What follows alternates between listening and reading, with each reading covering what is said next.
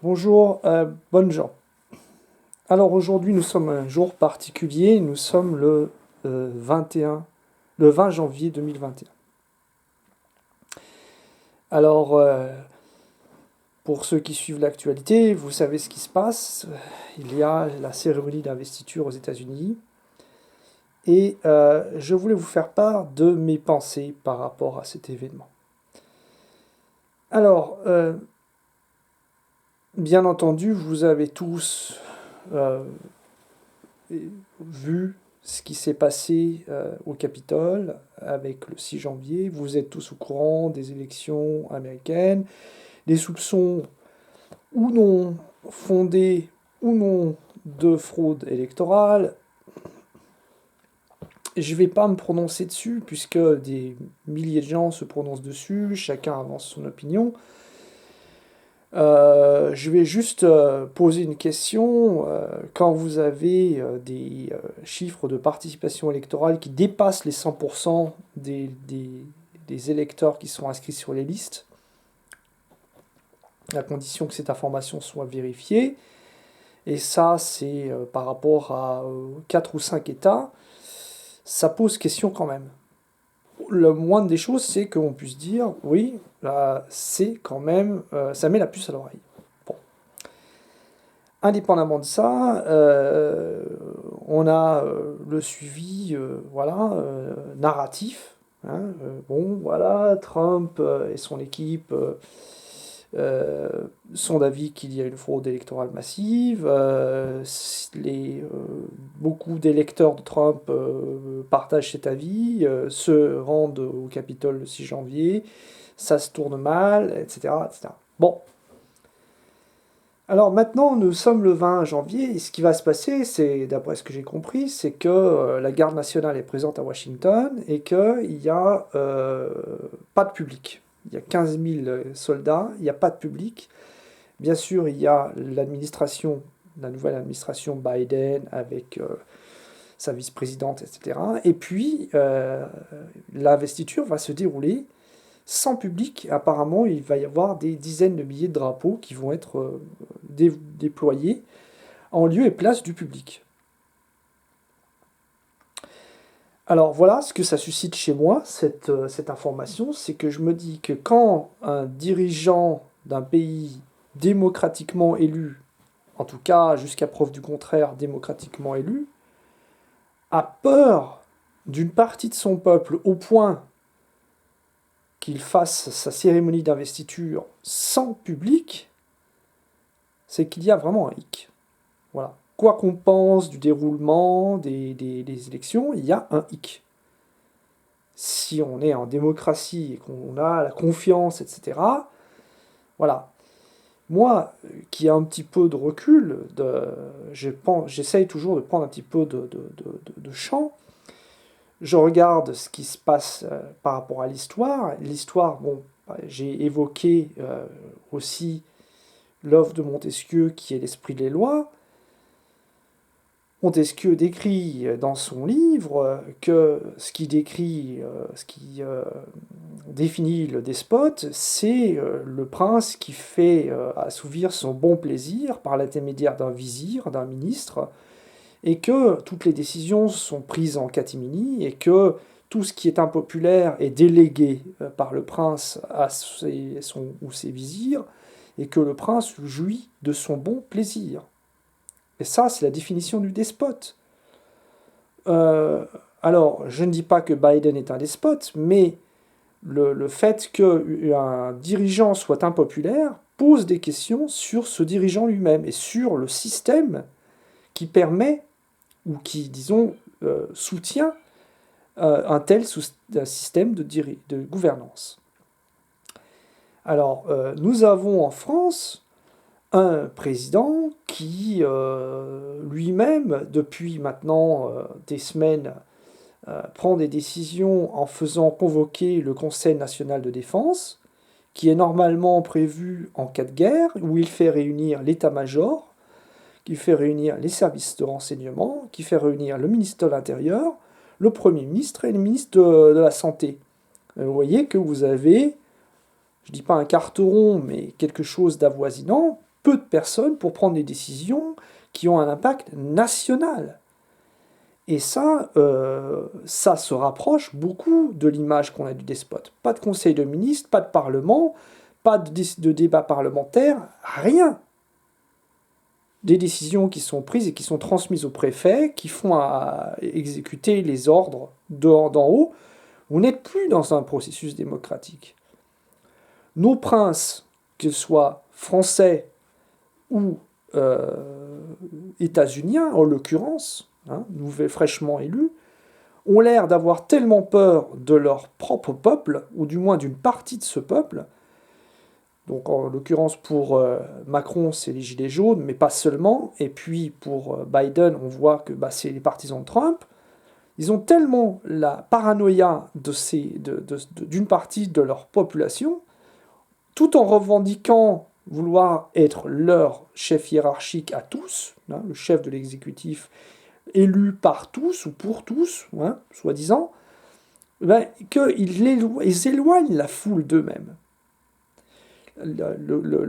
L'image qu'on a du dirigeant bien aimé, populaire, c'est celui qui prend les bains de foule, qui ne craint pas des attentats sur sa personne, qui ne craint pas justement des tentatives d'émeutes, etc., de sédition. Alors, bien sûr, ça c'est peut-être une image un peu idéale, mais on voit qu'il y a quand même un problème par rapport à un processus qui est censé être démocratique. Démos, Kratos, le peuple est censé régner, être le souverain. Voilà, ça n'en prend pas la forme. C'est ce que j'ai à dire par rapport à ces événements. C'est que, quoi qu'on pense du déroulement des élections états-uniennes, un processus assez compliqué, en effet, qui passe par tout un tas de méandres administratifs et constitutionnels, il y a quand même une question à se poser sur le fondement, le bien fondé d'un processus qui fait élire quelqu'un qui n'est pas aimé, en tout cas par une partie de la population, et au point d'interdire tout rassemblement, etc., au point de, pendant sa procédure d'investiture, d'écarter la foule. Alors, je reviens à la France, et je l'ai déjà dit, mais je vais le réitérer. L'histoire de France, elle est chargée d'exemples, soit de souverains monarques, soit de grands commis de l'État, qui sont arrivés dans des situations de crise et qui ont redressé cette situation de crise. La plupart du temps, d'ailleurs, c'est des grands commis de l'État. Ce ne sont pas des dirigeants qui restent, mais qui sont passés à la postérité comme des grands personnes historiques. Et qui mettent tout le monde d'accord. C'est-à-dire que la France a connu des crises très profondes. Je fais référence à la guerre de 100 ans, par exemple. Et on arrive même à la fin des Carolingiens, il y a une crise très profonde, il y a une crise dynastique très profonde. Et il y a le comte d'Évreux, il me semble, qui arrive et qui est Hugues Capet, et qui met tout le monde d'accord, et qui se fait nommer monarque, suzerain, par ses pairs. La guerre de 100 ans, on a une situation désespérée, avec la France est scindée en deux. Le pouvoir des Armagnacs est donc de Charles VII, pas de Charles VII, de Charles... c'est la fin de la dynastie des Valois, Philippe VI, et donc le pouvoir est contesté. Et qu'est-ce que je dis moi? C'est la fin de la dynastie des Capétiens directs, c'est le début de la dynastie des Valois. Je reprends, Philippe VI, et donc le pouvoir est contesté par le duc de Bourgogne et par les Anglais, et finalement, avec Charles V, on a le rétablissement, et notamment le sénéchal du Guesclin, on a le rétablissement d'une autorité de l'État, et Charles V récupère la quasi-totalité du territoire du souverain français à l'époque. Et puis on a l'histoire de Jeanne d'Arc avec Charles VII cette fois-ci, donc pareil. Et on a la Fronde, par exemple, sous Louis XIV encore enfant, sauvée par son ministre Mazarin. On a la France en 17, proche au bord de l'implosion, avec des émeutes sur le front Craonne. Et puis on a Clémenceau qui arrive et qui mène la victoire jusqu'au bout. On a bien entendu De Gaulle. Et vous voyez qu'il y a des gens qui arrivent et qui mettent tout le monde d'accord. Alors, soit qui deviennent des dirigeants, ou soit qui sont des grands commis de l'État, et qui mettent tout le monde d'accord. Et je suis en train de préfigurer que nous sommes en train de vivre une phase similaire, avec une dirigeance qui est absolument illégitime, légale dans un sens parce que le président Macron a été élu, mais par son comportement, et là, bon, il n'y a pas besoin de revenir sur tout ce qu'il a fait depuis qu'il a été élu, je crois que c'est clair et net que ce personnage est un despote, il se comporte comme un despote, la confiance en l'autorité est complètement rompue de la part d'une grande partie de la population française. Et bien sûr, il reste un reliquat de personnes fidèles à la Macronie. Bon, enfin, ça reste quand même, vu la situation actuelle, une peau de chagrin, hein. Même certains petits entrepreneurs, peut-être à l'époque des Gilets jaunes, qui voulaient conserver leur possibilité de travailler le samedi, qui ouvraient leur boutique et qui râlaient après les Gilets jaunes. Maintenant, ben, vu que tout le monde est obligé de fermer, se rendent eux aussi compte que Macron n'a pas plus de respect pour eux que pour le reste de la population.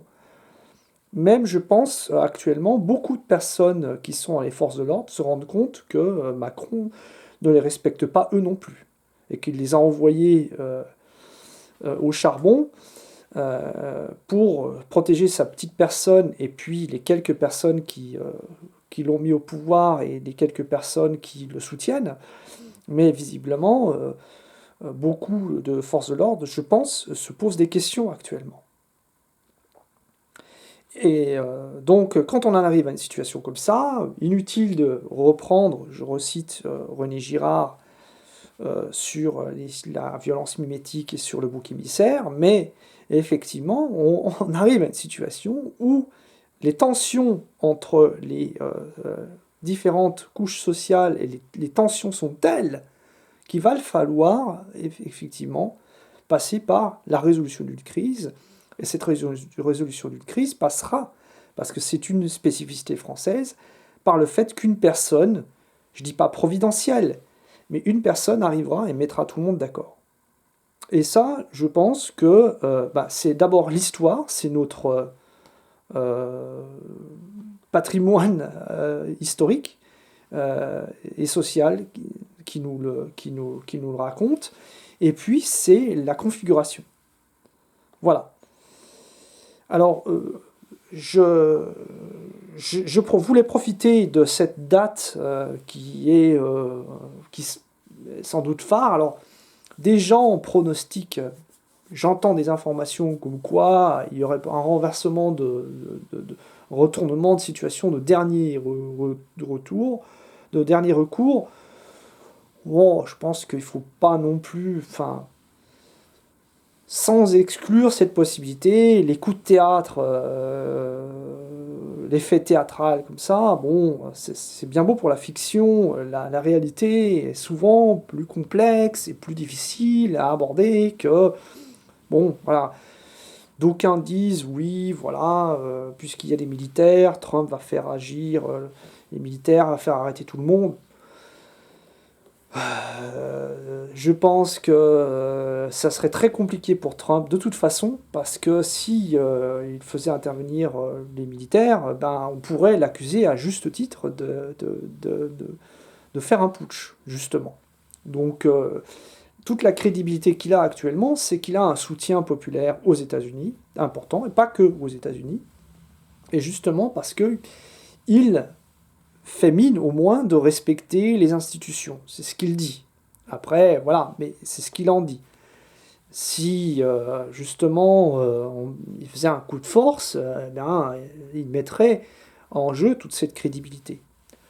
Donc, je dis pas que je n'y crois pas, mais bon, je dis que j'entends ces nouvelles et on verra bien ce qui se passera. Mais bon, étant donné l'historique états-unien, je ne sais pas. Par contre, la suite des événements va certainement être très intéressante à suivre parce que euh, rien ne dit que Biden va pouvoir effectivement gouverner en toute tranquillité. Au contraire, ça va être très compliqué pour lui, eu égard à ce que j'ai justement dit en introduction. Mais si on revient à la France, elle est parsemée d'une histoire qui nous raconte des retournements de situation beaucoup plus parfois violents, mais aussi beaucoup plus subites, et d'autant plus subies que les situations ont été extrêmes. Référence De Gaulle, référence CF Jeanne d'Arc, CF du Guesclin, CF Azo. On peut, comme ça, bien sûr, allonger la liste, Mazarin, Richelieu, etc. Voilà. Eh bien, on verra ce soir si Biden a été investi. Et bon, en fait, préoccupons-nous de nous-mêmes et puis n'oubliez surtout pas le message qu'il est important, à mon avis, de garder en soi, c'est notre degré de liberté à nous. Et comme le disait Spinoza, c'est à partir du moment où on est conscient de ces déterminismes qu'on devient libre. Bonjour chez vous.